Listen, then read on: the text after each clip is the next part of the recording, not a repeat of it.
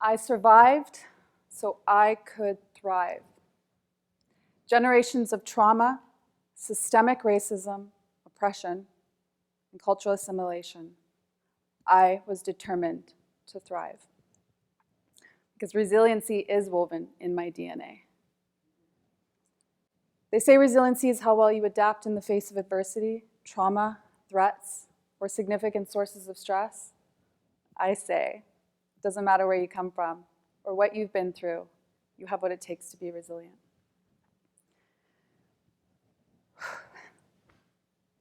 By the time I was 17 years old, I was an orphan. I had lost both of my parents due to the impacts of intergenerational trauma. My mother, a residential school survivor. My father, an abusive drug addict. Although he was loving and supposed to give us a better life, he just couldn't. And because of the effects of colonization, I was a motherless daughter, disconnected from the rest of my family, and in and out of foster care until I was 16. Yeah, a shitty firsthand at life. Although my father was flawed, he was my greatest teacher.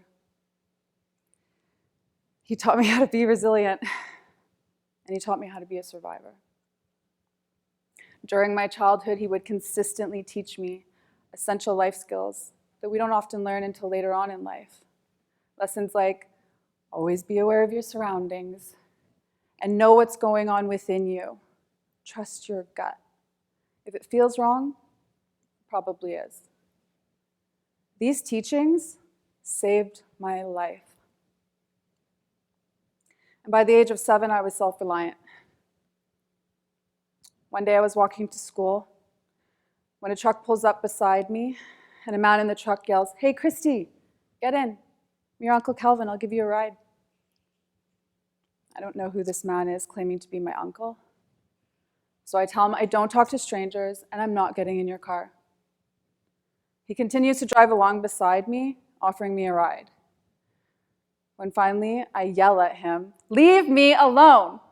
I don't talk to strangers and I'm not getting in your truck." When all of a sudden I hear laughter and my dad's head pops out from the passenger side. And he looks at me with the biggest smile on his face and he says, "My girl, I'm so proud of you." Yes, he had a weird way of showing me he loved me. But that man loved me. He loved me so much that he didn't want me to end up like him. Before my father passed away, I was heading down the wrong path, the path to self-destruction. I watched him numb himself with drugs my entire childhood to ease his pain of intergenerational trauma.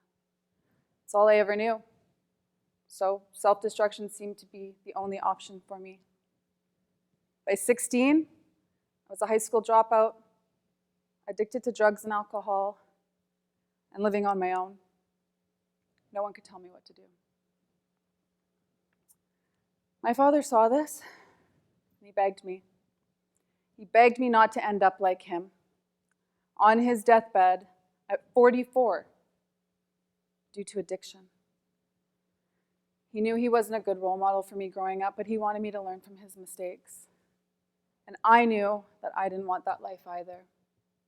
I witnessed too much pain and suffering, and I wanted a life free of addiction and dysfunction. And then my father passed away, and my life felt like it was crumbling. I had no family to turn to, no role models, no guidance. It was up to me to choose the next chapter. I became a legal guardian to my sister at 17 years old, so she didn't have to end up in another foster home. I wanted to try to be a good role model for her, and more importantly, myself. So I quit the poison that was taking over me, and I made some serious life changes. I went back to school, and I graduated. I wanted to turn my pain and suffering into something good, something I could be proud of. And I was damn proud. I went to college, I graduated, and I went on to become a mentor to at-risk Indigenous youth. I wanted to be a pillar of support for them because I could relate to a lot of struggles they face.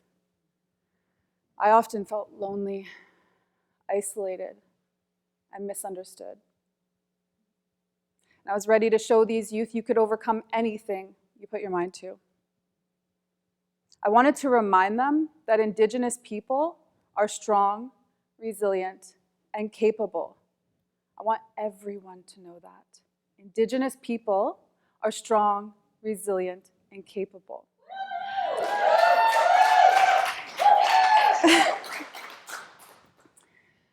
Fast forward a few years later, and the cycle begins again. I unknowingly got into a relationship with a drug addict. Intergenerational trauma would take another 10 years of my life. It took me getting real with myself and my reality to realize that I was in a world I didn't belong in. I was determined to break this cycle. I was determined to thrive. I faced a lot of adversities in my life that were out of my control and some within. But once I knew I had a choice, which was a different story with a better ending. And yes, there were many obstacles along the way, but I never gave up. I stayed accountable to my spirit and my vision, and when my spirit was off, I looked within to lead the way. Because my spirit would always remember my resilience. Asking myself hard questions, staying authentic, and knowing I was capable of overcoming anything. I already have, and I believe you can too. I believe we're all capable of showing up for ourselves because you have what it takes to be resilient. But the first step to moving forward is getting real with yourself. I had to stop pretending I wasn't hurting. I needed to reach out and ask for help to heal the healthy way. I sought counseling and I did a lot of inner work. And let me tell you, it never ends. But I can promise you this, it's worth it. Because I'm happy to say I'm in the best place of my life because of it. I'm sober, I'm thriving, and wholehearted. And after 30 years of wondering and searching, I have finally been reconnected with my long-lost family, including a sister, Faith, I have never met. Hi, Faith.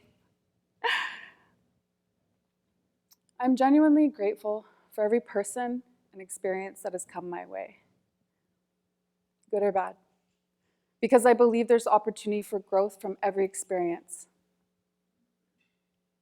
Because it's led me to this moment right here, right now. Although my road to resilience was difficult at times, I never gave up. I knew I was capable of overcoming it all, breaking the cycles, patterns, and beliefs to become the best version of me. What does your road to resilience look like? Have you looked within? Because it doesn't have to take life-altering moments for you to become more resilient. We all have experiences in our lives that are out of our control, and some within. They can shape us for the better or the worse. You get to choose. It's how we bounce back from life's challenges.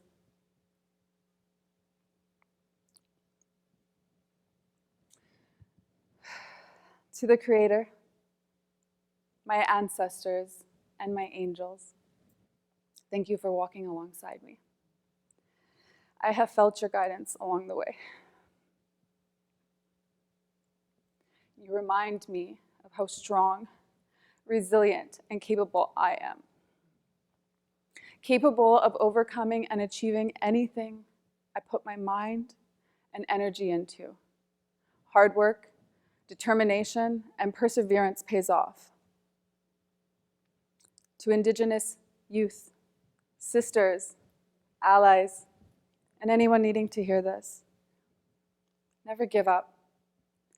Reach out and ask for help if you need to. Because overcoming fear is resilience. Reclaim your power, reclaim your resilience. Because it doesn't matter where you come from or what you've been through. You have what it takes to be resilient. Now let's all move forward together. Thank you.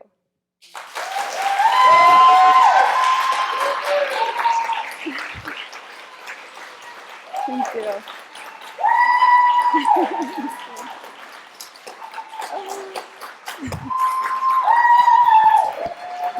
Thank you.